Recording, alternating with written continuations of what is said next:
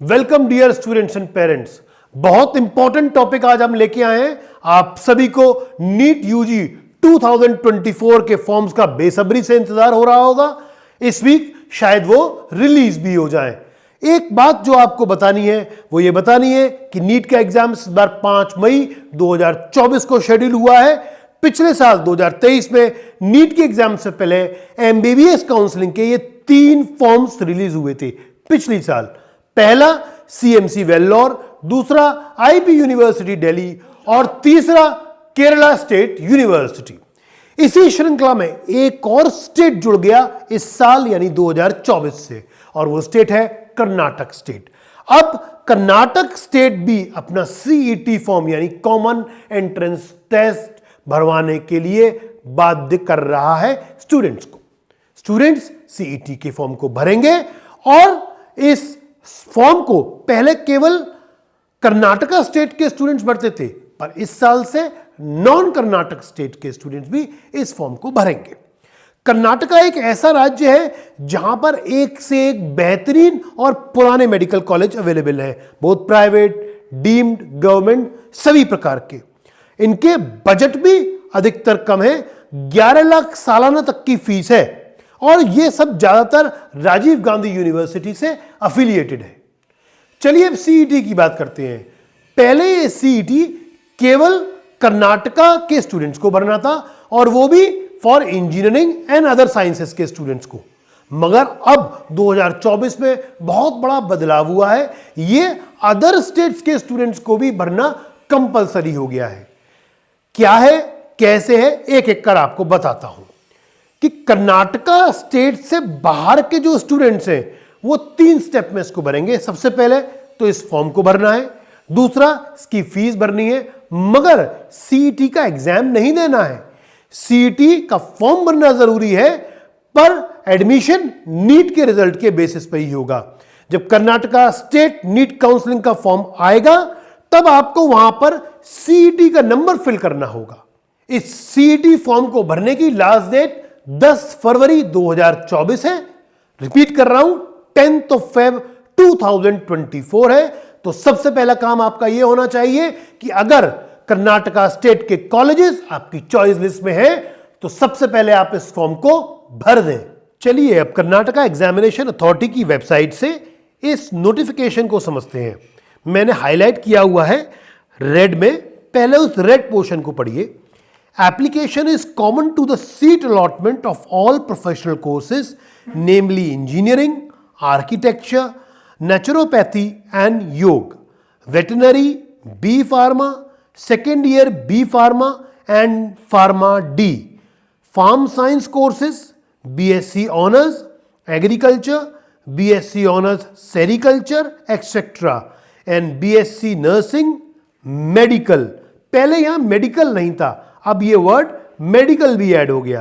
Dental, Ayurveda, Unani, homeopathy, BPT, BSc allied health sciences and BPO courses. इसी के साथ साथ एक बात और लिखी गई है।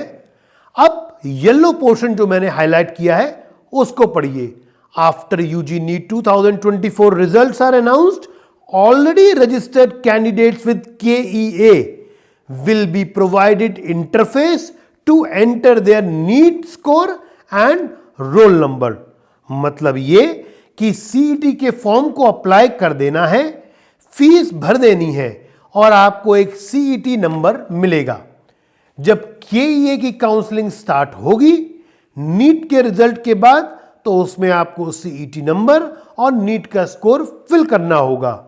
लास्ट ईयर तक केवल कर्नाटक के स्टूडेंट्स के पास सीईटी नंबर होता था जिसको काउंसलिंग के समय फिल करते थे। जैसा आप देख सकते हैं स्क्रीन पर, आप देखिए ये लास्ट ईयर का है। इसमें लिखा है have you registered and applied for UG CET 2023। Select करके ऑप्शन यहां पर अपना सीईटी नंबर डाला जाता था, मगर अब नॉन कर्नाटक स्टेट के स्टूडेंट्स को भी यूजी सीईटी 2024 का अपना यहां पर सीईटी नंबर डालना होगा। अब दोबारा से नोटिफिकेशन को देखिए और उसमें ग्रीन जो मैंने हाईलाइट किया है उसको मैं रीड करता हूं, समझिए। फॉर एडमिशन टू मेडिकल और डेंटल और आयुर्वेद और यूनानी or homeopathy courses, Karnataka and non-Karnataka candidate must compulsorily register and get qualified in UG NEET 2024 National Eligibility cum Entrance Test, exam conducted by National Testing Agency.